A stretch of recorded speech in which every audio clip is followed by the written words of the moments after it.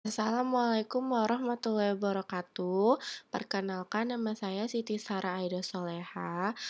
Saya selaku motivator di cabang Bimba AYUEO Melati.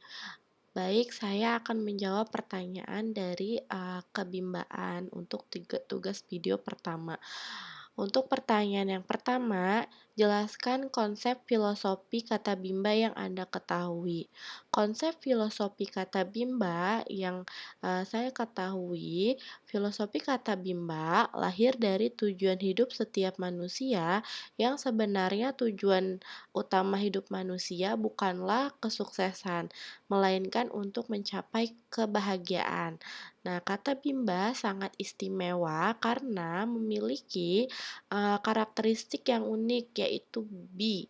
B menggunakan huruf kecil dan MBA menggunakan huruf besar serta huruf M dari kata bimba yang berwarna merah.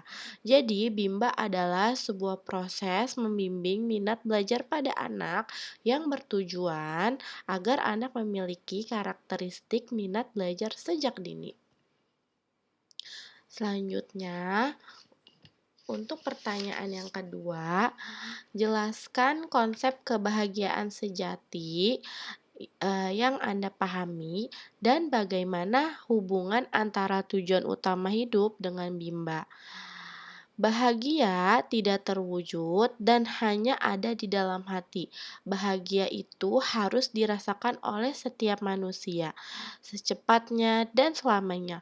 Hubungan antara tujuan utama hidup dan bimba adalah dengan belajar atau menjadi seorang pembelajar yang harus selalu mempunyai kesadaran untuk mau memperbaiki diri, berusaha mencari solusi dari setiap permasalahan yang terjadi agar hidupnya menjadi lebih nyaman dan bahagia.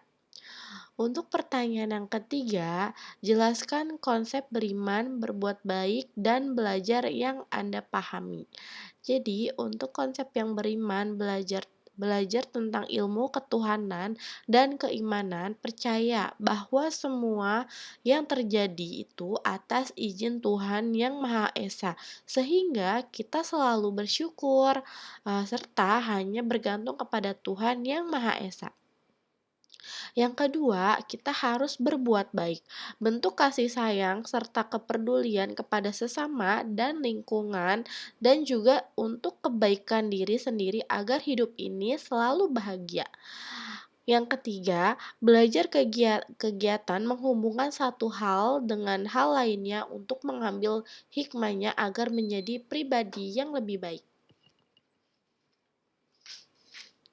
Yang pertanyaan yang keempat, sudahkah Anda menerapkan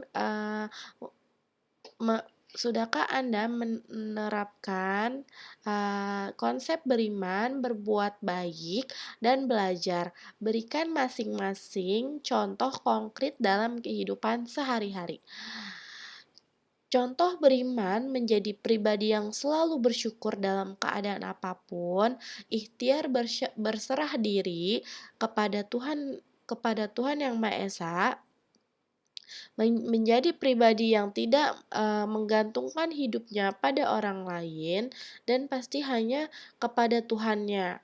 Lalu, contoh berbuat baik, bersikap ramah, bertutur kata, sopan santun, membantu, dan pastinya saling tolong-menolong. Contoh belajar, kita dapat belajar tentang tugas tanggung jawab kita. Untuk pertanyaan yang kelima, apa saja 7 tahapan belajar? Bagaimana hubungan di setiap tahap yang ada di dalam 7 tahap belajar? Nah, yang pertama yaitu hanya sekedar atau pernah mendengar misal kata bimba. Yang kedua, faham yaitu jika ada yang mengerti lebih banyak tentang suatu hal, misal memahami, dan metode yang diterapkan di Bimba AYUEO. Yang ketiga, pengaplikasikan, yaitu apa yang sudah dipahami tentang Bimba dan yang pasti diterapkan minimal kepada diri sendiri terlebih dahulu. Misalnya membimbakan diri sendiri tentang pentingnya belajar bagi orang dewasa dan pentingnya menumbuhkan karakter minat belajar anak sejak usia dini.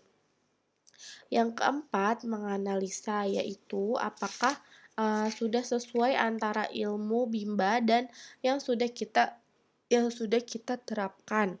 Yang kelima, sintesa, yaitu perpaduan antara penggabungan dari yang kita dapatkan dengan apa yang sudah kita yakini dari ilmu Bimba.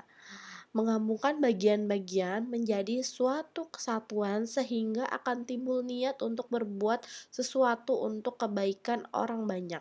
Yang keenam, evaluasi, yaitu membandingkan nilai-nilai, ide-ide, metode, dan sebagainya dengan standar Bimba yang semestinya jika belum sesuai maka kita harus belajar lagi dan lebih memahami Bimba. Yang ketujuh, sosialisasi, yaitu pentingnya kita memahami dan meyakini bahwa Bimba baik dari teori dan penerapannya agar dapat mensosialisasikan Bimba kepada lingkungan terdekat dan juga masyarakat luas. Yang keenam, jelaskan konsep paradigma Bimba yang Anda ketahui. Konsep dasar paradigma Bimba adalah membahagiakan semua yang terlibat, baik anak-anak maupun orang dewasa. Maka, anak harus dibimbing minat belajarnya, dan sebagai orang dewasa harus menjadi pembelajar. Maka, prosesnya itu harus fun learning. Pertanyaan yang ketujuh, sudahkah Anda menerapkan paradigma Bimba dalam kehidupan sehari-hari? Berikan contoh konkret. Menerapkan paradigma Bimba dalam kehidupan sehari-hari dengan belajar, karena kesadaran untuk belajar itu sangat penting, lalu menumbuhkan minat belajar pada anak itu seperti membimbakan Ananda dengan cara metode Bimba. Membimbakan kepada Ananda, di situ juga kita bisa sambil belajar untuk diri sendiri. Apakah kita sudah mengikuti metode pembelajaran Bimba atau belum, dan tidak lupa untuk selalu kita memperbaiki diri. Yang kedelapan, jelaskan apa perbedaan antara membimbakan dan mengajarkan baca. Membimbakan itu kita membimbing belajar dan baca pada anak. Kita tertuju pada prosesnya, jadi bukan pada hasilnya. Sedangkan kalau mengajar itu kita ingin hasilnya saja tanpa ada proses untuk menumbuhkan minat belajar dan baca pada anak. Baik, sekian jawaban dari saya. Wassalamualaikum warahmatullahi wabarakatuh.